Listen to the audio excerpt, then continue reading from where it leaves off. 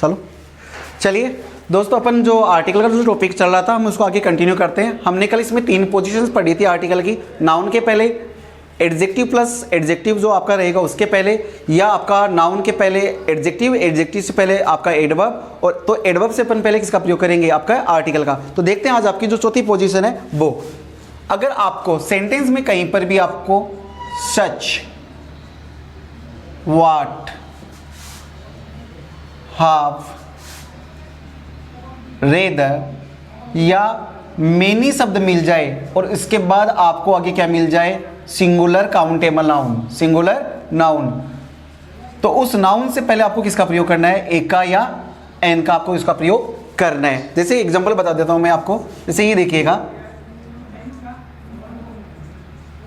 Such a girl, तो यहां पे क्या आएगा, सच है गर्ल। इसके बाद जैसे मैं आपको बता देता हूं, what a book, what a book, तो ये देखिए कि जो सच और व्हाट है इसके बाद क्या आएगा आपका तुरंत बाद नाउन, तो ये जो सिंगुलर काउंटेबल नाउन आएगा उसके पहले अपन किसका प्रयोग कर सकते हैं, ए या एन का। जैसे मेनी अ बुक, मेनी है बुक, पर एक चीज आपको ये खास याद रखनी है कि इन शब्दों के बाद आपकी जो नाउन आएगी वो कैसी आएगी, सिंगुलर काउंटेबल नाउन आनी चाहिए, तो ये अपन किसका प्रयोग कर सकते हैं, ए या एन का। अब आप कह दो कि सर मेनी के बाद में हमने प्लूरल लगा दिया था, तो जैसे ही प्लूरल लगाया आपका ये आपका ए या एन का या द का प्रयोग नहीं होगा। जैसे मैं समझा देता हूं, इसको आप देख लीजिए, मैंने लिखा मेनी गर्ल्स, मेनी गर्ल्स, तो अब देखिएगा गर्ल्स वैसे ऑलरेडी प्लूरल है, ए एन तो आ ही नहीं सकता, आप भी सब जानते हैं चीज में। तो अगर मेनी के बाद अगर आपको क्या मिल जाए, प्लूरल काउंटेबल नाउन, तो इस जगह पे आपको किसी भी आपको आर्टिकल का प्रयोग नहीं करना है। तो ठीक है, तो ये याद रखिएगा चौथा नियम पोजीशन ऑफ इसके अंदर, आर्टिकल के अंदर, कि सच, व्हाट, हाफ, रेदर और मेनी के बाद अगर आपको सिंगुलर काउंटेबल नाउन मिले तो उसके पहले आपको हमेशा किसका प्रयोग करना है, ए का या एन का। अब बात करते हैं अगले वाले नियम की। ये नियम इसी से मिलता जुलता है, अपन इसको देखते हैं।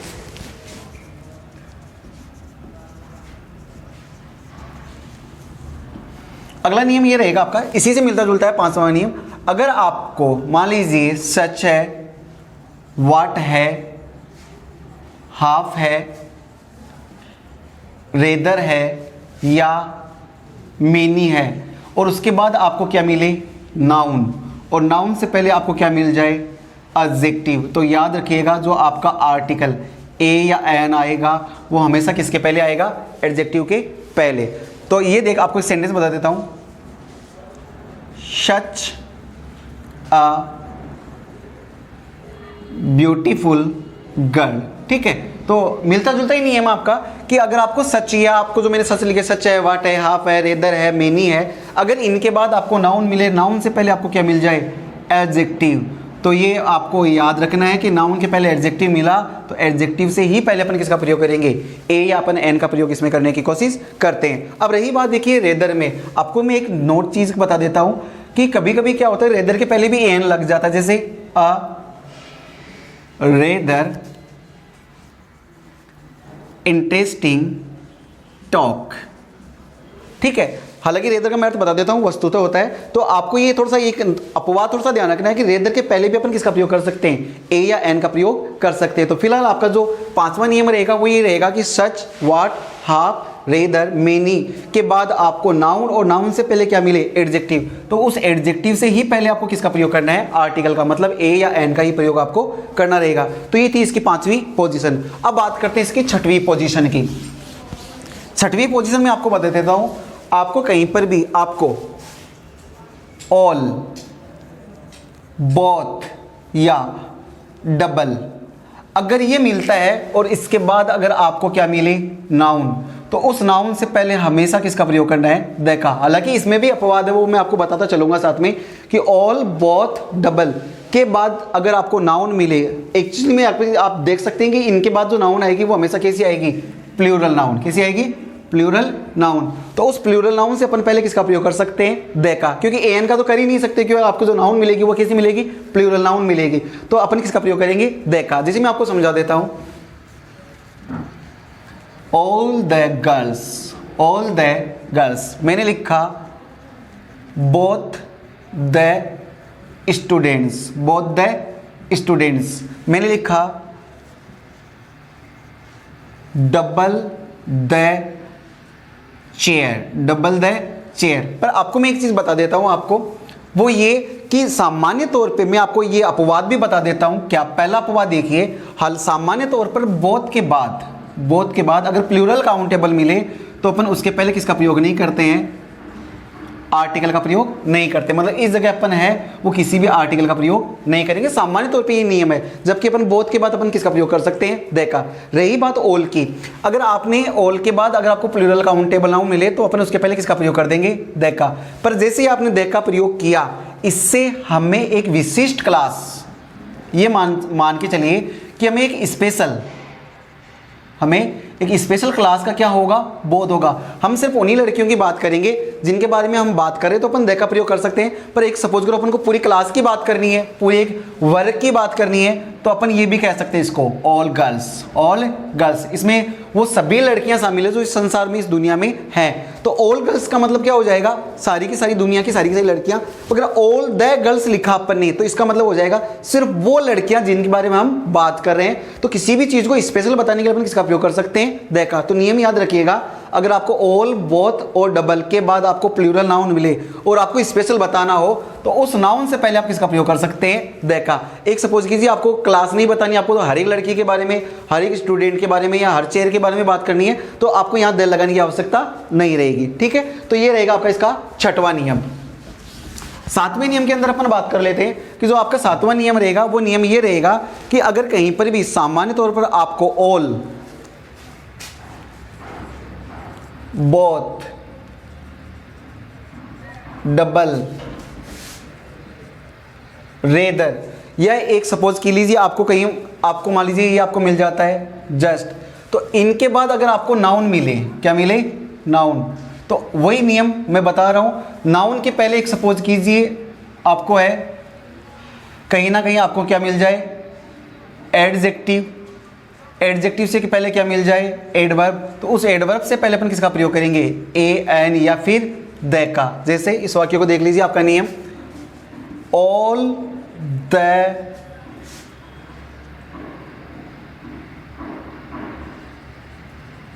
New cars. ठीक है, इसमें ऑल है, वो इसके बाद में किसका प्रयोग हुआ है? द का।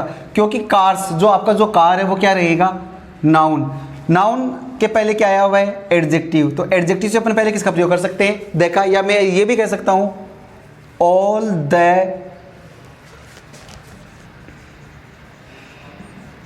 Beautiful girls. ठीक है, तो आपको ये याद रखना है कि जो गर्ल्स है आपकी, गर्ल्स, उसके पहले क्या आया हुआ है? एडजेक्टिव। और एडजेक्टिव से अपन पहले किसका प्रयोग कर सकते हैं? द का। ठीक है, तो अपन को ये नियम थोड़ा सा ध्यान रखना कि ऑल, बोथ, डबल या रेदर के या जस्ट के बाद अगर आपको, सॉरी ये एडवर्ब हो गया यहाँ पे, नाउन के पहले क्या मिले? एडजेक्टिव। तो एडजेक्टिव से अपन को पहले किसका प्रयोग करना है? ए का, एन का या द का। अब बात करते हैं अपन अगले वाले नियम की तरफ। तो आपका जो अगला नियम रहेगा वो नियम ये रहेगा कि अगर आपको कहीं पर भी मान लीजिए आपको क्या मिल जाए, सातवां नियम आपका क्या रहेगा? वो नियम ये रहेगा कि अगर आपको कहीं पर भी हाउ, व्हाट, एज या सो और उसके बाद क्या मिले आपको? नाउन। कैसी नाउन? Singular countable noun. तो उस नाउन से पहले आपको किसका प्रयोग करना है? ए का या एन का। जैसे आपने नरेशन में अपन पढ़ते हैं, जैसे what a girl she is. She is. तो व्हाट के बाद अगर आपको सिंगुलर काउंटेबल नाउन मिले तो यहां किसका प्रयोग करना है आपको? ए का या एन का। जैसे अगला वाला देख लीजिए, what a car you have. तो ये आपको देखना है कि आपको हाउ, व्हाट, एज और सो के बाद अगर सिंगुलर काउंटेबल नाउन मिले तो अपन उससे पहले अपन किसका प्रयोग कर सकते हैं? ए का या एन का। तो ये इसके 6 से 7 नियम थे जो मैंने आपको बता दिए कि कहाँ कहाँ इनकी जो पोजीशन है वो आती है। अब बात करते हैं अपन इसकी कि आर्टिकल जो आपका ए एन है, इंडेफिनिट आर्टिकल, हम उसका प्रयोग कर लेते हैं। तो वो देखने की आप देखिएगा अपन इसको प्रयोग कैसे करते हैं। देखिए मैं सबसे पहले आपको पढ़ा देता हूँ कौन सा, अपन जिसमें ज़्यादा टाइम वेस्ट नहीं करेंगे। सबसे पहले मैं आपको बता देता हूँ ए और एन का प्रयोग। किसका प्रयोग? ए एन का। ठीक है, आप ये देखिएगा कि एन का प्रयोग कहाँ होता है। अपन क्या स्कूलों में ये सीख के हैं कि इंग्लिश में जो आपके वोवेल है, कौन से AEIOU, ये है अपन। इनके पहले अपन को टीचर ऐसे बताते थे कि एक स्वर है और स्वर से पहले अपन किसका प्रयोग करते हैं, एन का, और अगर वो आपके जो कॉन्सोनेंट है उसके पहले अपन किसका प्रयोग करते हैं, ए का। पर एक्चुअली में एक हद तक तो आपका नियम ठीक था, पर क्योंकि जब अपन कंपटीशन की तैयारी कर रहे हैं तो हमें इस नियम से कहीं आगे निकलना होगा, हमें सोचना पड़ेगा कि क्या एक्चुअली में ये वो नियम सही था। हाँ, एक हद तक तो अपन कह सकते हैं सही था, पर अब देखते हैं इसके आगे के जो आपके जो विशेष नियम है वो किस तरीके से अपन इस्तेमाल करते हैं। देखिए, आप किसी भी वर्ड का आप इसका प्रोनाउंसिएशन कीजिए। जैसे मैंने आपको लिखा कार, मैंने लिखा कैट, मैंने लिखा डॉग, मैंने लिखा यूनिवर्सिटी, मैंने लिखा बॉक्स, ठीक है, मैंने लिखा ये होटल। अब आपको क्या करना है, अगर इनके पहले आपको आर्टिकल का प्रयोग करना है, किसका प्रयोग करना है, आर्टिकल का, तो आप ये चीज देखिएगा कि आपको इन जो लेटर है इनसे मतलब नहीं है, आपको क्या करना है, इनका प्रोनाउंसिएशन करना है, इनका उच्चारण करना है। अगर उच्चारण करते समय, ये चीज हमेशा याद रखना, मैं यहां बता देता हूं आपको शॉर्ट में, अगर उच्चारण करते समय आपका जो फर्स्ट जो लेटर है, आपका जो फर्स्ट जो आपका उच्चारण होगा, अगर वो हिंदी का क्या है, हिंदी का क्या है, स्वर, तब तो आपको लगाना है AN।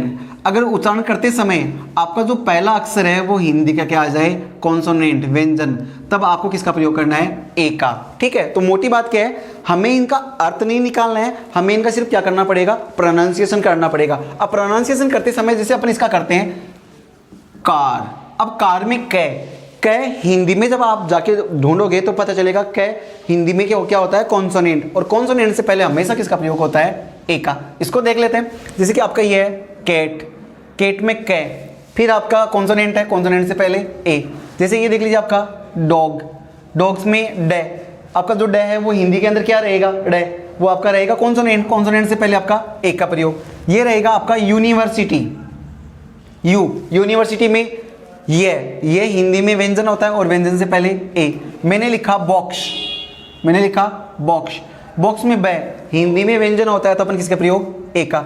मैंने लिखा यहाँ पे होटल, ठीक है, अपन तो कहीं तो इसका गलत उच्चारण ही गलत करते हैं, अपन इसको होटल बोलते हैं, एक्चुअली में होटल नहीं होता, ये होता है होटल। होटल में ए हिंदी में स्वर होता है और स्वर से अपन पहले किसका प्रयोग करते हैं, एन का। ये देख लीजिए ऑरेंज, ऑरेंज में पहला अक्षर ए, और ऐसे पहले अपन किसका प्रयोग कर लेंगे, एन का। तो शॉर्ट में कहने का मतलब इतना ही है कि आपको ए एन का प्रयोग कहां करना है। देखिए, किसी भी वर्ड का आपको क्या करना है, प्रोनाउंसिएशन। अगर प्रोनाउंसिएशन करते समय पहला अक्षर अगर हिंदी का स्वर है तब तो ए एन, और अगर हिंदी का व्यंजन हो तो अपन किसका प्रयोग कर लेंगे, ए का अपन प्रयोग कर लेते हैं। ठीक है, तो मोटी बात इतनी रहेगी। अब बात करते हैं कि ए एन का प्रयोग होता कहाँ है और किस तरीके से हो सकता है, इसके क्या क्या अर्थ हो सकते हैं। तो चलिए अपन बात करते हैं ए एन का प्रयोग। तो अपन इसका पहला प्रयोग पढ़ते हैं, वो देखते हैं, सबसे ज्यादा इंपॉर्टेंट। जैसे कि मैंने एक सेंटेंस लिखा, I was going on hunting, I was going on hunting. अब देखिए, अपन को सामान्य तौर पे कोई भी स्टूडेंट होता है इस वाक्य को सही बता देता है कि आई वॉज में गोइंग जा रहा हूं ऑन हंटिंग, शिकार पे। पर अगर ये सेंटेंस में यही लिख दूं, क्या, I was going a hunting, ठीक है। तो सामान्य तौर पे स्टूडेंट इसको क्या बताएंगे, गलत, कि I was going में जा रहा हूं एक हंटिंग, शिकार, कि मैं एक शिकार जा रहा हूं। नहीं, एक्चुअली में आपको ये समझना पड़ेगा कि जो ए या एन है वो क्या अर्थ दे सकते हैं, के ऊपर या सिर्फ पर के अर्थ में। मतलब क्या, कि I was going on hunting, कि मैं एक शिकार पे जा रहा हूं, और I was going A hunting, इसका भी अर्थ वही रहेगा कि मैं एक शिकार पे जा रहा हूं। तो मतलब जो अर्थ ऑन दे रहा है पर, वही अर्थ कौन दे देगा, ए या एन। तो आपको समझना पड़ेगा ये चीज कि ए या एन का अपन जो पहला प्रयोग पढ़ेंगे वो ये पढ़ेंगे एक का या एन का। वो किस अर्थ में पढ़ेंगे, पर के अर्थ में। किस अर्थ में, पर के अर्थ में। तो मोटी बात याद रखनी है, सेंटेंस कभी गलत नहीं होगा कि I was going A hunting, कभी भी गलत नहीं होगा। ये सेंटेंस ठीक वैसा ही है जैसे I was going on hunting. तो ये बात याद रखना, ये सेंटेंस आपका क्या रहेगा, सही। तो ये चीजें आपको समझनी पड़ेगी। अब बात करते हैं इसके दूसरे नियम की। दूसरा नियम अपन देखते हैं इसका। मैंने आपके सामने एक सेंटेंस लिखा, जैसे I came here every month. I came here, मैं यहाँ आता हूँ एवरी मंथ, हर महीने। जनरली तौर पे अपन क्या करते हैं, एवरी का मतलब अर्थ निकालते हैं प्रत्येक महीने, प्रत्येक महीने।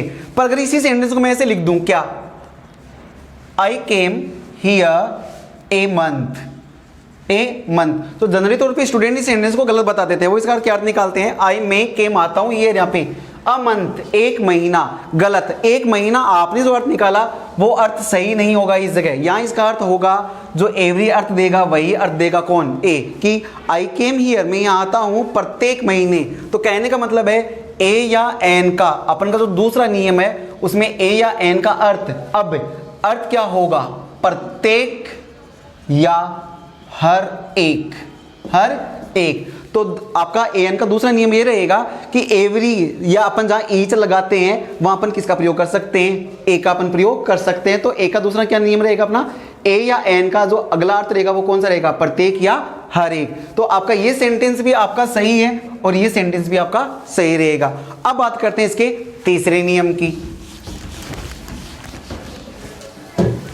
तीसरा नियम देखिए, अपन जनरली तौर पे जब अपन छोटी कक्षाओं में थे तो अपन ने कई प्रकार की कहानियां वगैरह पढ़ी है। हमने उसमें देखा है कि हमें टीचर्स ऐसे पढ़ाते थे, जैसे कि once upon a time there was a king, there was a king. इसका हिंदी अर्थ अपन भी यही पढ़ते हैं और कई छोटी स्कूलों में जो मतलब जो जनरली तौर पे है वो अपन इसका यही अर्थ निकालते हैं कि वंस अपॉन, एक बार, वंस अपॉन टाइम, एक बार की बात है, देयर वाज, वहां रहता था या कोई था, अ किंग, राजा, कि एक बार कोई राजा था। अब जैसे अपन ये बात करते हैं इसकी, जैसे कि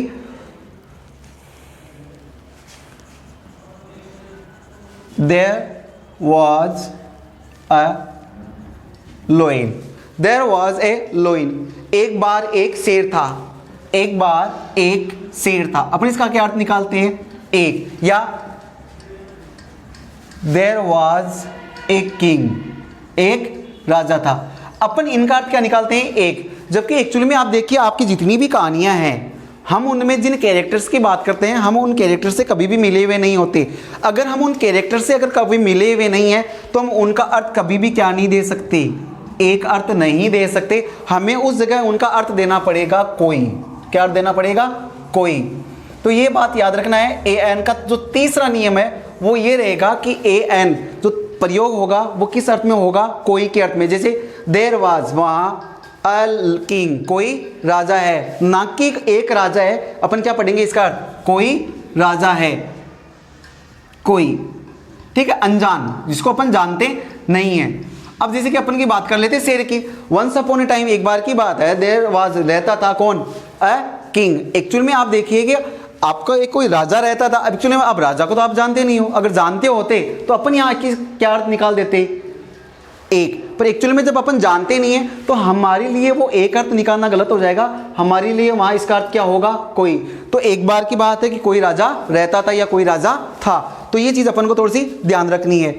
तो ये अपन का रहेगा कौन सा नियम, इसका तीसरा नियम, कि अपन इसका प्रयोग कहां करें और कैसे करें। अगली बात, मान लीजिए आपकी कोई भी कॉमन नाउन है, कॉमन नाउन, जैसे मैं आपके बता देता हूं कॉमन नाउन का, जैसे मैं आपको प्रयोग बता देता हूं, cow has a long tail. देखिए यहां आपको आर्टिकल का इस्तेमाल करने के लिए बोला जाएगा कि यहां आपको आपका आर्टिकल का प्रयोग करना है। तो cow has a long tail, कि गाय की क्या है, एक लंबी पूंछ है। एक्चुअली में आप एक चीज समझिए कि गाय अकेली एक गाय तो है नहीं, खूब सारी गायें हैं, उन सभी गायों को क्या होती है, लंबी पूंछ होती है। पर कहने का मतलब है सभी गायों की क्या होती है, पूंछ। यहाँ जो काऊ शब्द है, काऊ शब्द वो पूरी की पूरी जो काऊ क्लास है, जो वर्ग है, उसको शो करने के लिए किया जाता है। अब नियम क्या बनता है, नियम ये बनता है, आपका जो चौथा नियम है वो ये बनता है, अगर किसी भी आपका कॉमन नाउन का प्रयोग, कॉमन नाउन का प्रयोग अगर संपूर्ण जाति को दर्शाने के लिए किया जाए, संपूर्ण जाति को दर्शाने के लिए किया जाए, तो उस सिंगुलर कॉमन नाउन से पहले, सिंगुलर कॉमन नाउन से पहले अपन किसका प्रयोग करेंगे, ए का या एन का। तो ये चीज़ हमेशा समझनी पड़ेगी हमें कि जो आपका जो कॉमन नाउन है, अगर इसका इस्तेमाल संपूर्ण जाति के लिए किया जाता है, संपूर्ण क्लास के लिए किया जाता है, तो उस सिंगुलर काउंटेबल नाउन से पहले किसका प्रयोग कर देंगे, ए या एन का। तो यहाँ इसका अर्थ क्या हो जाएगा, यहाँ इसका अर्थ हो जाएगा हर एक। तो ए या एन का यहाँ अर्थ क्या हो जाएगा, हर एक। ठीक है, अब यहां अपन देखो बोलने को भी बोलेंगे कि एक गाय के एक लंबी पूंछ होती है, पर एक्चुअली में अपन भी जानते हैं कि एक ही गाय की पूंछ नहीं होती, सभी गायों की क्या होती है, पूंछ होती है। तो संपूर्ण क्लास को दर्शाने के लिए अपन उसके पहले किसका प्रयोग कर सकते हैं, ए या एन का। अब बात करते हैं अगले वाले नियम की। अगला नियम क्या कहता है, देखिए कोई भी आपका प्लूरल नाउन हो, आपकी कोई भी प्लूरल नाउन हो, उस प्लूरल नाउन को अपन सिंगुलर नाउन बनाने के अपन किसका प्रयोग कर सकते हैं, ए या एन का। जैसे देखिएगा मैंने लिखा 5 days हॉलीडे, 5 days हॉलीडे। तो ये तो आपका क्या रहेगा, प्लूरल। तो ए एन का अपन जो अगला प्रयोग पढ़ेंगे वो क्या पढ़ेंगे, किसी भी प्लूरल नाउन को क्या बनाने के लिए, सिंगुलर नाउन बनाने के लिए। जैसे देखिएगा ये आपकी प्लूरल है, ठीक है, 5 day हॉलीडेज। अब मैंने यहां लिख दिया a 5 day हॉलीडे। अब तो ये याद रखना है कि कोई भी आपकी प्लूरल आपकी नाउन हो, अगर उसको सिंगुलर बनाना हो तो उसके अपन पहले किसका प्रयोग कर सकते हैं, ए या एन का। जैसे कि अपन यहाँ पे किया 5 days हॉलीडेज ना, 5 दिन की छुट्टियां। तो अपन यहाँ देखते हैं क्या कि 5 days हॉलीडे को है अपन को अगर सिंगुलर में बदलना है तो अपन उसके पहले किसका प्रयोग कर सकते हैं, ए या एन का। ए एन का प्रयोग करते ही आपका जो 5 days जो हॉलीडेज था वो एक अपन ये कह सकते हैं कि अवधि में हो गया, एक अवधि के अपन इसका इस्तेमाल कर सकते हैं। तो ए 5 day हॉलीडे आपका प्रयोग हो जाएगा। ठीक है, आज का वीडियो थोड़ा ज़्यादा लंबा ना हो इसके लिए मैं आपको फिलहाल मैं यही इसको स्टॉप कर रहा हूँ। आगे कुछ इसमें कुछ और नियम बचे हुए हैं वो अपन इसमें कंटिन्यू करने की कोशिश करेंगे। उसके बाद आपका जो दे का प्रयोग है वो पढ़ेंगे, फिर ओमनिसिज्म पढ़ेंगे। ठीक है, तो लगातार अपना ये जो वीडियो है कंटिन्यू है वो चलता रहेगा। आप बस इस वीडियो को है वो शेयर कीजिए, लगातार इसको आप है अपने जो फ्रेंड्स हैं उनके साथ शेयर कीजिए, इसको सब्सक्राइब कीजिए। पॉसिबल होगा तो आपको मैं प्रत्येक जो आपका टॉपिक है उसका ऑनलाइन है वो भी देने की जल्दी कोशिश करूंगा। ठीक है, तो आप सभी से एक ही रिक्वेस्ट है, इसको सभी आप लाइक करें, शेयर करें और सब्सक्राइब करें। ठीक है, अगर आपको मान लीजिए कि किसी प्रकार की मेरी भाषा में दिक्कत हो या किसी प्रकार की और भी कोई प्रॉब्लम्स हो तो वो आप मुझे है वो कमेंट में शेयर कर सकते हैं। तो ठीक है, धन्यवाद। आज की वीडियो के लिए बहुत बहुत शुक्रिया।